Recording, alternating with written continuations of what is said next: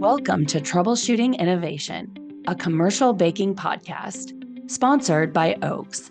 Worldwide since 1946, Oaks is your partner for mixing and depositing process solutions in commercial baking.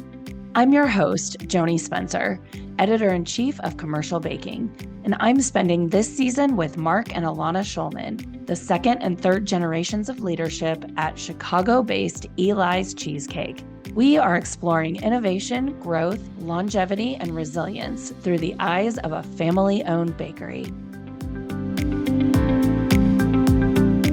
This episode reflects on the pandemic years and how Eli's is coming back from it stronger than ever.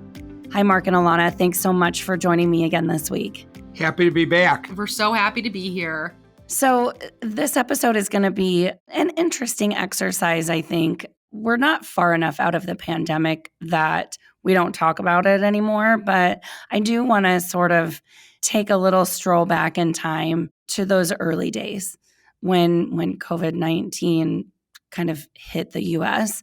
Marc, I know you and I chatted several times in those early days, and I will just never forget you painting this super eerie picture of what Chicago looked like in spring and summertime in 2020. Will you just sort of revisit that with me and then talk about what it was like inside the plant? It's amazing to think back because it does seem, so awful. We live, Maura and I live just off Michigan Avenue, and to imagine a time when, you couldn't find an open Starbucks, businesses were closed, no traffic, and clearly as a company that was essential, we always were doing business, but clearly we saw as the conditions of COVID late in March began to grow, we were having less people coming in. We were still fulfilling orders, but, we saw a point in time when business literally stopped, either cancellation of orders or just orders not coming in. So a few things happened. One, I got COVID early in April, and so Elana and Maureen were taking care of me. So I was on calls every day with our people, but I wasn't in. We really furloughed 95% of our staff for the month. We had like 6 people, so we're going from 200 people to 6. Worried a whole lot as to what was going to happen. Suddenly, things began to happen. We're fortunate within the division of our business between food service, retail, airlines. Airlines certainly stopped. Food service really stopped, hotels, restaurants. But that retail business grew and continued to grow. The consumer direct business, which is an important part of our business, giving everyone the opportunity to order Eli's wherever, really grew as people felt they could take advantage of it. Single serve prepackaged suddenly really grew. So the spring and summer were tough, but as essential workers, our office staff was back by the end of May, and we kept on growing our employment. So by the end of 2020, we were probably at 95% of the level we were before. And then as 2021 rolled around, other categories came back and the retail didn't go down. And, clearly we got past that 2019 level by the end of 2021. But, we feel very fortunate. We know businesses that were, pure tourism or restaurants in downtown areas really dependent upon 5-day office people really, really suffered. So it was tough, but I think resiliency and diversification of customers and channels really made a critical difference. So you were able to make those shifts relatively easily. I'm not going to say, it was easy because nothing in that time was even close to easy. But relative to what other bakeries were going through and your ability to shift from food service into retail and sort of focus the business, you were able to do that well. What were some of the biggest implications? Like a lot of things that I heard from bakeries that shifted from food service into retail, especially in the bread space, packaging was the biggest problem or challenge that they had to overcome. What were some of the things operationally that you had to do? And then also, what was it like from a business perspective making those shifts? Well, I think we were fortunate to the extent that if it's single serve cheesecake sold in domes and being able to do it, we were doing it. So a big chunk of it was existing customers that really grew significantly. And people during COVID wanted a treat at home. We did get new customers. There were companies did go out of business. Other customers maybe weren't able to have the same service levels. So we were able to make the transition. And I think, we got the break that, historically our sales, we do have a somewhat substantial seasonal focus with items that we do, if it's pumpkin or cranberry. So, we knew that if we got through the summer, we would sort of be in a lot better shape by the end of the year. Also, we had put off our expansion. So we fortunately weren't in the middle of being under construction and opening it right in the middle of COVID. So I really feel very, very fortunate because, again, we see businesses where structurally things are not as they were before. And, if you're a restaurant in an area where, suddenly you were open for dinner and now you're not, your business is down 50%, those are tough things to overcome. I think we just had to be smart, but most of all, we had to be hard workers in selling products, getting new customers, and retaining those customers. So I think one of the great things that Elana and I have from my father is telling a story and selling all the time and building your brand all the time. COVID created some urgency, but we were fortunate as like mail order came back a little bit.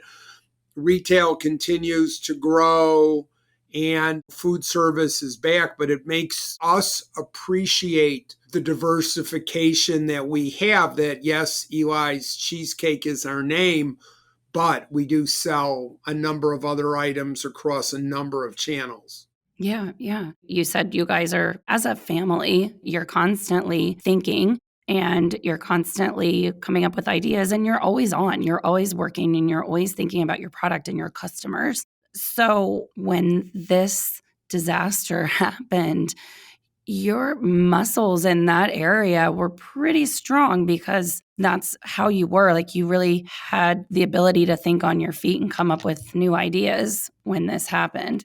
Yeah, that's the way we've been taught. And, there are a lot of things. I mean, some of the flip sides of COVID were there was nowhere to go. So you couldn't go out to dinner, just came to work and went home, and we were here. So it's, you just double down. Hard work is hard work. And I think if you're going to be in business and the goal is just to sell a lot of product to one customer for a limited amount of time, our goal was really to build our brand, tell our story, have more people to get engaged with us. So it all went together. And I think that's the strategy we really pursue every day. Yeah. And you were selling if you think in retrospect, the situation that we as consumers were in, and you have a product that is indulgent comfort food that's packaged individually, it's like, how can I get my hands on that? That's what I need right now. But it's interesting because, kind of in like the earliest days of the pandemic, obviously people were stocking up on all of the necessities. And in the beginning, it wasn't necessarily dessert, it was just those core items. And I remember we were sitting in a meeting, like talking about what are we going to do? And I said, I was like, I think we're going to get to a point where people are going to need foods that bring them comfort, and dessert is in that category. And so at some point it did shift, and then people really went all in on sweets. Yeah, for sure. And I do, Elana, remember being at the store in March of 2020. walking up to the entrance of the grocery store and seeing people coming out with shopping carts full of bottled water and toilet paper. And literally, like, we joke about it now, but I mean, I remember thinking, wait, what's about to happen? Like, why? Because I wasn't getting bottled water and toilet paper, and I saw everybody doing that, and it scared me. Like, what are we walking into here? I like that you had that foresight that they're going to go past a need for essentials, and they're gonna go out of the need stage and into the want stage. And I think we were opportunistic coming out of that stage because as each segment, it was consumer direct, it was grocery stores, it was packaged desserts for restaurants that suddenly were big in delivery. It was developing prepackaged products, ultimately new products for the airlines. So again, I think it was, hey, we make these great desserts. What can we do to really leverage it? So when you go to our bakery today compared to, 5 years ago, you're going to see a number of high-speed individually wrapped dessert machines for prepacked items. You see a new single serve line that was much bigger. And I guess, we stepped up. And the good news is food delivery continues to be a huge business. That part of it is really great. So, we have fun each day saying, hey, how can we market these products a little differently? You mentioned you have these high-speed, individually packaged lines. What was the point where you knew, okay, this is something that's going to have staying power? Like, we need to focus our operation on individually packaged, single-serving pieces of cheesecake. So how do you sort of have that presence of thought to say, this is the direction that we're going to go? I can see that this trend will stick around. A lot of times, well, one, if you've been doing a business for over 40 years, we've bought a lot of assets over time in terms of equipment. And, our engineering staff are really wonders in terms of saying, hey, you have an issue, what's the solution? So a lot of times it's bringing lines together in different ways. When the investment came, sometimes it's because of a key customer that says, hey, I really want a single serve cheesecake or a packaged dessert.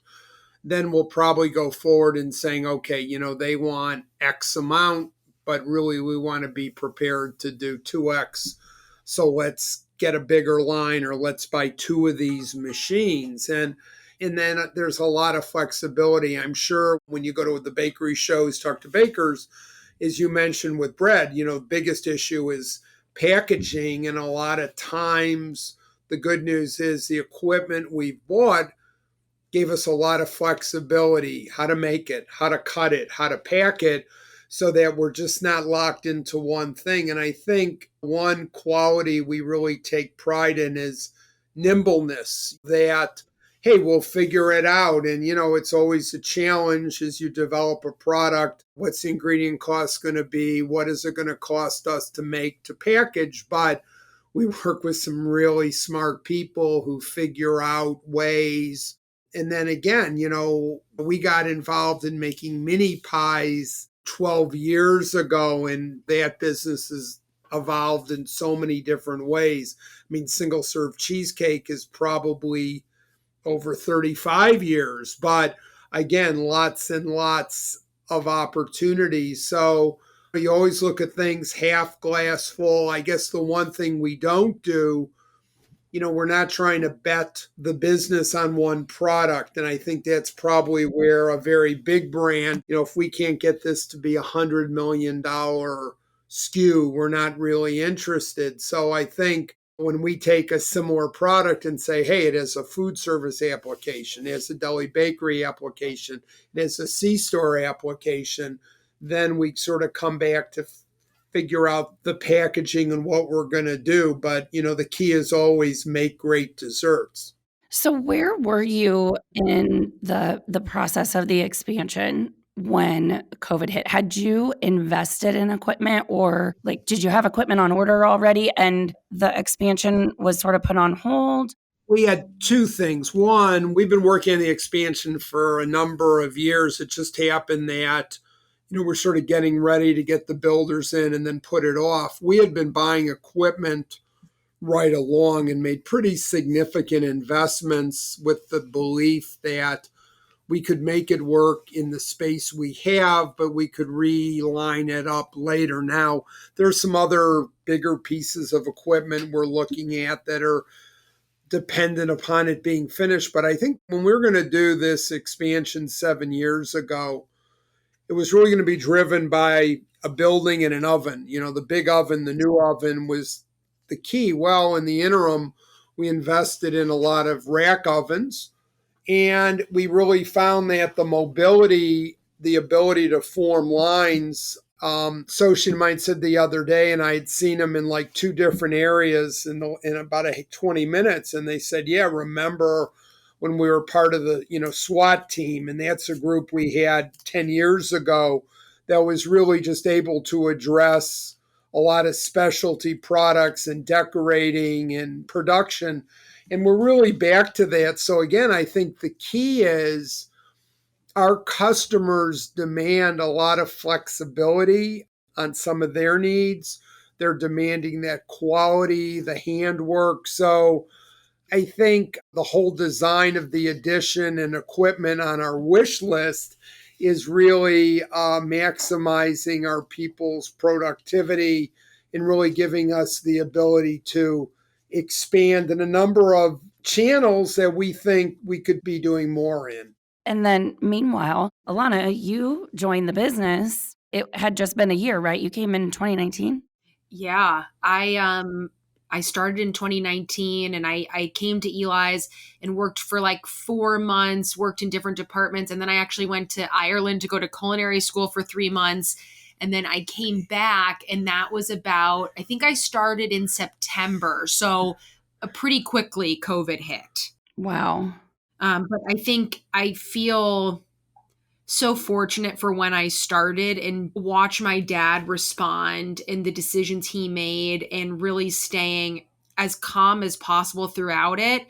He obviously mentioned that we had to furlough, most of the bakery. And I remember when he said, we're bringing everyone back. The business isn't back where it needs to be to do that, but we're doing it because that's what we need to do. And I think because of that drive and vision and getting people back in the building, I think there was a lot of energy created, and we really were able to respond to what consumers wanted at that time. And that was really helpful in our recovery. This episode of Troubleshooting Innovation is sponsored by Oaks, dedicated to serving the R&D requirements for customers by creating an easy and accurate transition from lab to production. Bakers can visit Oaks' R&D lab in person or virtually to run their own custom product trials with Oaks' equipment. Head to www.oaks.com. That's www.oakes.com to learn more.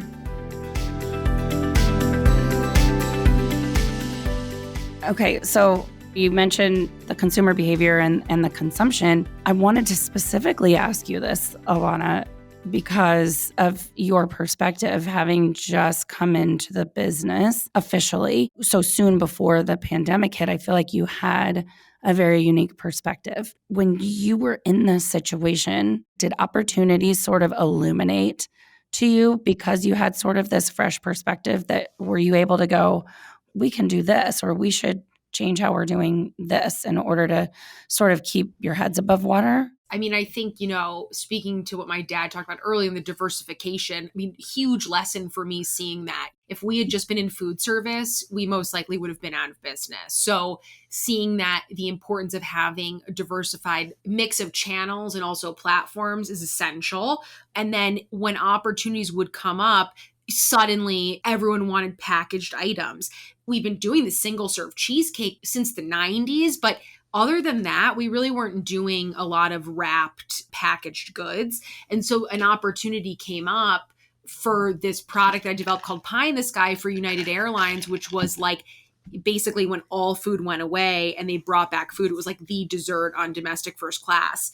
And that was a learning curve for us. Like we had never made product like that at that scale in that way. And so like, I think my approach to life in general is like, it's not always going to go your way, but what is the silver lining? And I think that through the pandemic, in like those darkest days, it's getting everyone together and being like, there's a huge opportunity. We have this idea that we believe in. How can we do it? We have all these resources that we might have to sort of change the way we've done things historically, but it's ultimately going to make us stronger and better in the future. And so those opportunities and lessons that came up during the pandemic definitely have changed my outlook and perspective on business in general. But also, I think we've come out a lot stronger because of it.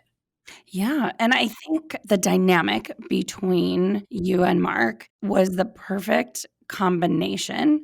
It was the perfect chemistry during that time because in this moment of complete turmoil and upheaval, there is this balance of a fresh perspective that is going to say, what if we did this? What if we tried this? Coupled with someone who knew the safety parameters around, and I don't mean safety like people safety necessarily, but like how far of a risk you can take because he'd been in the business basically the whole time. And then I think to have the familial bond created this sort of unconditional respect that you guys could really just sort of go through that fire together in a way that perhaps other people in a business relationship wouldn't necessarily be able to do. Yeah, it was a very interesting time. The beginning of the pandemic was obviously so hard for so many people in this country, and being so lucky to come out of that and being like, what can we do to make sure that we're creating opportunities for our people, that we can get people back here safely. And I think also that like we're always people first and safety first, but there was a different thing going on in the pandemic. And it's like this, people are putting themselves at risk coming here. And so what are the things we can do to make sure that they know that we care about them and that their safety is the number one thing? And that sort of manifested in a lot of different ways. But you really learn just how important people are in those times. They're always important, but in those times, wow, I mean, it's amazing. And then, as you know, you came out of COVID where no one's working. There's gluts of products. And suddenly, coming into 2021, there's no people, there's supply chain shortages as demand picks up. So, you go from one sort of perfect storm to another perfect storm. And then again, you have to adjust again. But, I think the great thing for the food industry, for the baking industry, is that people eat. People, because of all the expansion and with, celebrity chefs, we always say it's interesting. My dad was a host, owner of a restaurant, a personality. You saw it go to the celebrity chefs. Now you've seen, the growers. You go to Green City Market in Chicago and those individuals. And now you talk about the makers. And I think, again, when we think about our makers, it's all the people in the bakery and their story. And then, how we develop and respond. So, I think that's really the exciting part about the industry, and that ability that you could innovate and really find some really great niches to grow the business.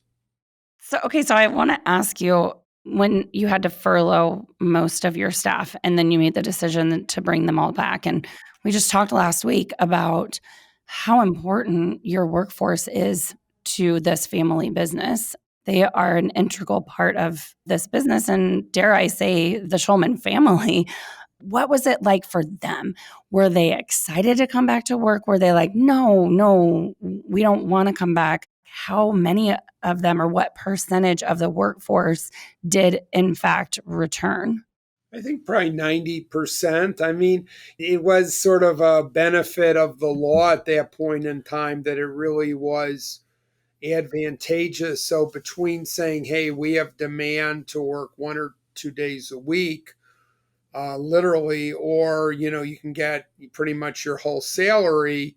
People were really motivated. I think people also liked the fact that they were with their families in those really dark early days. And we didn't really know what to expect, how we'd come out of it. But each week, you'd see progress, you'd see things that happen, and it got better. I mean, again, it took a few months. You never want to go through anything like that again. It's very hard to plan in any way, but when you talk about resiliency, it certainly forces us to really think through how quick you can make decisions. Because I think clearly what COVID caused was you just had to be on top of things. And the exciting thing of, obviously our offices, our cafe, we're all in the same building. It was like, okay, let's get back to work. Let's figure out the what's possible and let's grow. So we're really proud in those days coming out that, we've certainly grown the business, grown employment, going, well past 2019 levels. And it's probably given us a little more knowledge and made us a little more. I mean, my dad lived through the Depression. We haven't lived through anything like that, but this helped us probably become sometimes a little more conservative, sometimes maybe take more chances, but understanding that don't take anything for granted. Yeah, I mean, the theme of this entire season is innovation, growth, longevity, and resilience. And the fact that you took hits to the business and during the pandemic, you had to furlough almost your entire staff. You brought back 90%. And now here you are. Like the day that I got the news announcing that you were breaking ground on the expansion, I swear, you guys, I did a happy dance because this was to me one of the greatest comeback stories in our industry, that you not only made it through the pandemic, but you're breaking ground on a huge expansion that's bigger than what you had even anticipated. And I just think that it is such a testament to everything that we're talking about: innovation, growth, longevity, resilience. How do you get from there to here with all of the added pressure that has followed the pandemic, like with the supply chain issues and then the inflation and the workforce challenges? Though I'm saying that, although I think you guys already kind of have that solved. But how do you get from there to here? Well, I think you're making it sound pretty bad. Like maybe as it's pouring in Chicago today, we should have stayed in bed. But you know what? Hey, you know what? We have great customers. We work with great people. There are opportunities. I mean, being an entrepreneur is you've got to have, a lot of heart, a lot of soul, that ability to take tough times.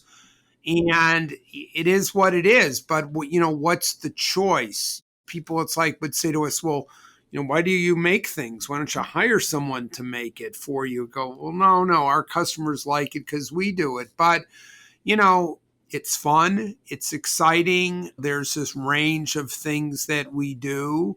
And again, it dates back, to Eli, as you asked in an earlier episode, did he envision this? And I said, yeah, he saw potential for what that Eli's Cheesecake brand could mean. People say, well, why do you do it? You do it because you want to make a difference. You want to create jobs. You want to create economic opportunity. You want to promote Chicago. So if it wasn't fun anymore, you'd maybe think differently. But hey, we did come back. And the good news is once you survive those challenges, you say, got to be a little smarter next time. I think on the facility side, I know people who build facilities opening right after 9/11 and the business could never survive. So we were lucky too. So, I think don't bet the farm on any, one item. Be grateful. And, and also on our expansion, I was in meetings where I said, hey, we got to do this. We got to do this. And then, I sort of got talked down and then, no, it isn't the right time. So The issue is it's a long-term play. And you know what?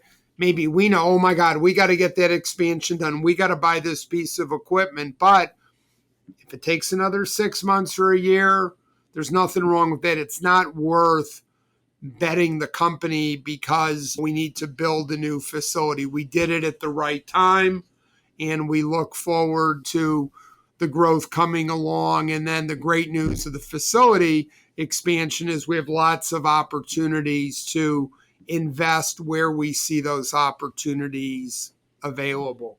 Yeah. I mean, you talk about timing is everything. Can you imagine if you had done this major expansion the year before the pandemic and then lost the food service business, as opposed to getting through it, pivoting, rebuilding the business and launching like the pie in the sky, Elana's pie in the sky product, and having all of this innovation, and then growing that need to execute the expansion bigger than you ever imagined. And I think one thing, when my dad first envisioned the expansion, it was at another time in our history, and plans were made, but it didn't kind of go forward. And then sort of after coming out of the pandemic, it was like, let's do it, let's move. And I think that's like a really nice lesson too. Just sometimes like the timing doesn't always align, but look at all of the great work that was done then that could be used later on. So I think that, like my dad said, sometimes you wait 6 months, you wait a year, you wait 5 years, but don't ever put yourself in a position where if you feel like it's not the right time, then don't do it. Like that's an option too. It's following your gut, right? Mm-hmm. Okay, so next week we're really going to dive into the expansion. And so I just want to close out this week by teasing that a little bit and applying everything that we've talked about this week to looking forward toward the future. And just, do you have any pandemic related lessons that you've applied to the expansion project, like new processes or understanding the need to have a plan A, B, C, D, and plan Z, or food safety, any of those things? Like what are some of the biggest lessons that you took out of the pandemic that you're applying to the expansion? Well, I think we're very fortunate. We're using the same development team, our architect, Mike Aragona, our construction manager, Joel Friedland. They helped us build this facility, which opened in 1996. So you had a lot of continuity on that side. And I think the key was flexibility. I think when you take a tour of our bakery now, it is very crowded. And I think that idea of reallocating and then that opportunity to add, if it's ovens, if it's mixers. But I think the key is that ability that it gives us because we have the space.